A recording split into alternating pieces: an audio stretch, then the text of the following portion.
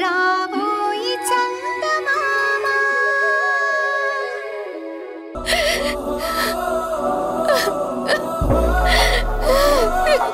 చంద్రిక, వైశాలి, ఏంటి చంద్రిక ఇది? ఎందుకు ఇలాంటి పరిస్థితి తీసుకొచ్చుకుంటున్నావు? ఏం చేయమంటావు వైశాలి? ఇచ్చిన మాట కోసం నా భర్తనే దూరం చేసుకోవాల్సి వస్తోంది. మా ఆయన్ని మానసికంగా ఎంత హింసిస్తున్నానో, ఎంత క్షోభ పెడుతున్నానో నాకు అర్థమవుతుంది. ఆయన కళ్ళల్లో కన్నీళ్లు చూస్తుంటే నా గుండె తరుక్కుపోతుంది వైశాలి. చంద్రిక, భరత్ ఎలాంటి మనిషో నీకు బాగా తెలుసు. నువ్వు లేనిదే తను బతకలేడు అన్న విషయం కూడా నీకు తెలుసు. అన్నీ తెలిసి కూడా నువ్వు అతన్ని అనుమానిస్తున్నావు, కావాలనే అవమానిస్తున్నావు. నీ అంతట నువ్వు బాధ పెడుతూ నువ్విలా కన్నీళ్లు పెట్టుకోవటంలో అర్థమేమైనా ఉందో చెప్పు. ఏం చేయమంటావు వైశాలి? నా పరిస్థితి అలాంటిది. రుద్రానికిచ్చిన మాట నిలబెట్టుకోవడం కోసం నాకు ఇష్టం లేకపోయినా కొన్ని పనులు చేయాలి. నువ్వు చేస్తుంది చాలా తప్పు చంద్రిక. ఆకలిస్తున్న వాడికి అన్నం పెట్టడంలో తప్పు లేదు. దాన్ని దానం అంటారు. దానివల్ల భగవంతుడు కూడా మనం చేసిన పనికి ఆశీర్వదిస్తాడు. కానీ ఆకలి లేని వాడికి అన్నం పెడితే అది అపాత్ర దానం అవుతుంది. నువ్వు చేసిన దానం ఎదుటి వాళ్ళకి ఉపయోగపడకపోతే ఆ భగవంతుడు కూడా నువ్వు చేసిన దానికి తప్పుపడతాడు. ఇప్పుడు రుద్రానికిచ్చిన మాట కూడా అలాంటిదే. అలాంటి వాళ్ళకిచ్చిన మాట నిలబెట్టుకోవటంలో అసలు అర్థం లేదు చంద్రిక. లేదు వైశాలి, ఇప్పుడు నా పరిస్థితికి నేను ఎవరి మీద నిందలు వేయలేను. అసలు నా తలరాతే అంతా. నిజంగానే నా తలరాత బాగోలేదు వైశాలి. ఒక భార్యగా, ఆయన మంచి కోరుకునే ఒక మంచి శ్రేయోభిలాషిగా ఆయనకి దూరం అవ్వటమే మంచిదని నాకు అనిపిస్తోంది. అందుకే ఇది నిర్ణయించుకున్నాను. కాకపోతే నేను అనుకున్నది సాధించటంలో పాపం ఆయనకి నరకం చూపిస్తున్నాను.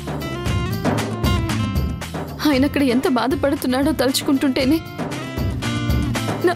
నా గుండె పిండేస్తున్నట్టుగా ఉంది.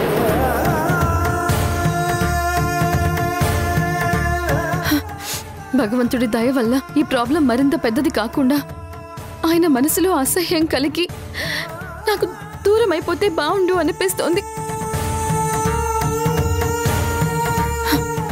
ఆయన మనసులో ఎంత త్వరగా నా మీద ద్వేషం పెరిగితే అంత త్వరగా ఆయన బాధపడకుండా నాకు దూరం అయిపోతారు.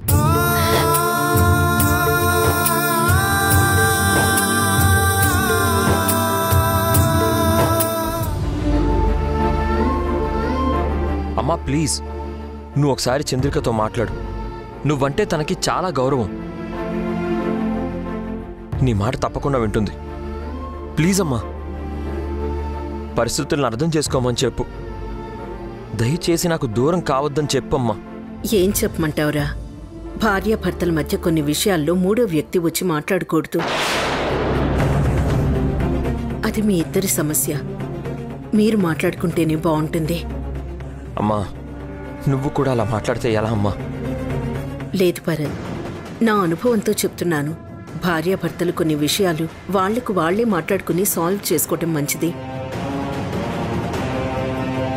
సరే అమ్మా, నేనే సాల్వ్ చేసుకుంటాను. చంద్రికతో ఎలా మాట్లాడాలో, ఏం మాట్లాడి ఈ ప్రాబ్లంని సాల్వ్ చేసుకోవాలో నాకు తెలుసు.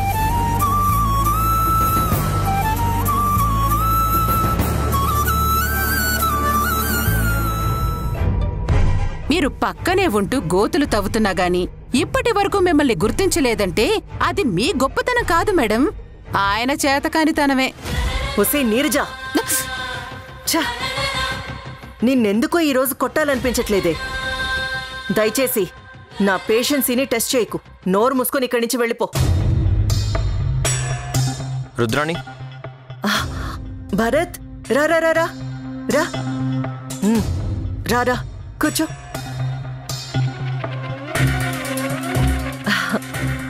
చెప్పు భరత్. రుద్రాణి, నేను నీ దగ్గర ఒక హెల్ప్ అడగడానికి వచ్చాను.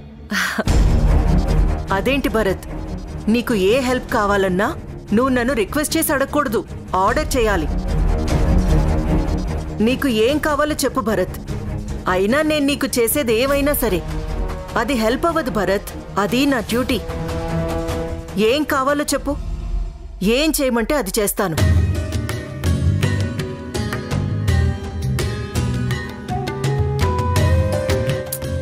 భరత్, నా దగ్గర మొహమాటం ఎందుకు? చెప్పు, ఏం కావాలి? అరే, నీకేం చేసి పెట్టాలి నేను?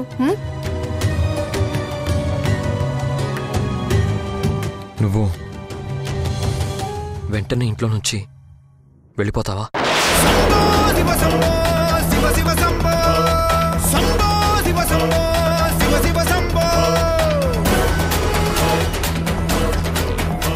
ఏంటి భరత్, ఏం మాట్లాడుతున్నావు? అంటే నేనిక్కడ ఉండడం నీకు ప్రాబ్లంగా ఉందా?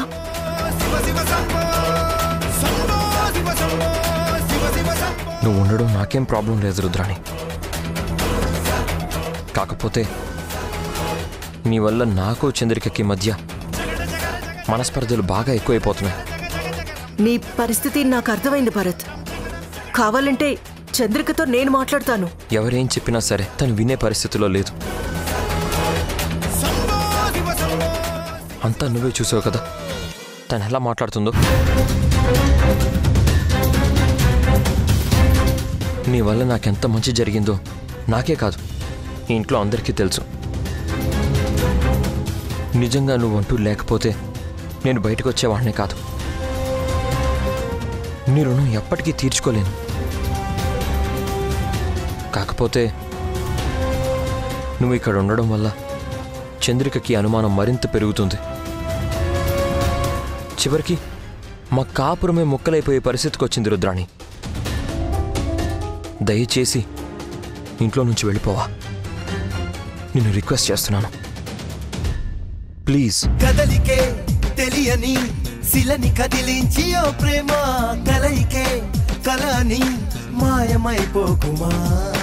గతముగా మిగిలిన చితిని బతికించి ఓ ప్రేమ చెరిపిన చెరగని గాయమైపోకుమా.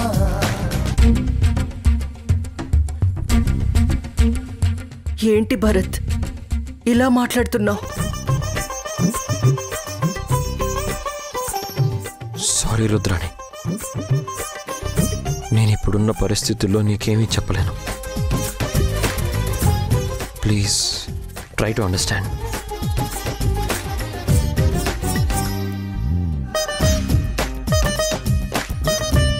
నా పరిస్థితి ఏంటో నీకు ఈ పాటికే అర్థమై ఉండాలి. నువ్వే కళ్ళారా చూస్తున్నావు కదా, నీకు నాకు మధ్య ఎలాంటి రిలేషన్ లేకపోయినా తను అనుమానించడం మొదలుపెట్టింది.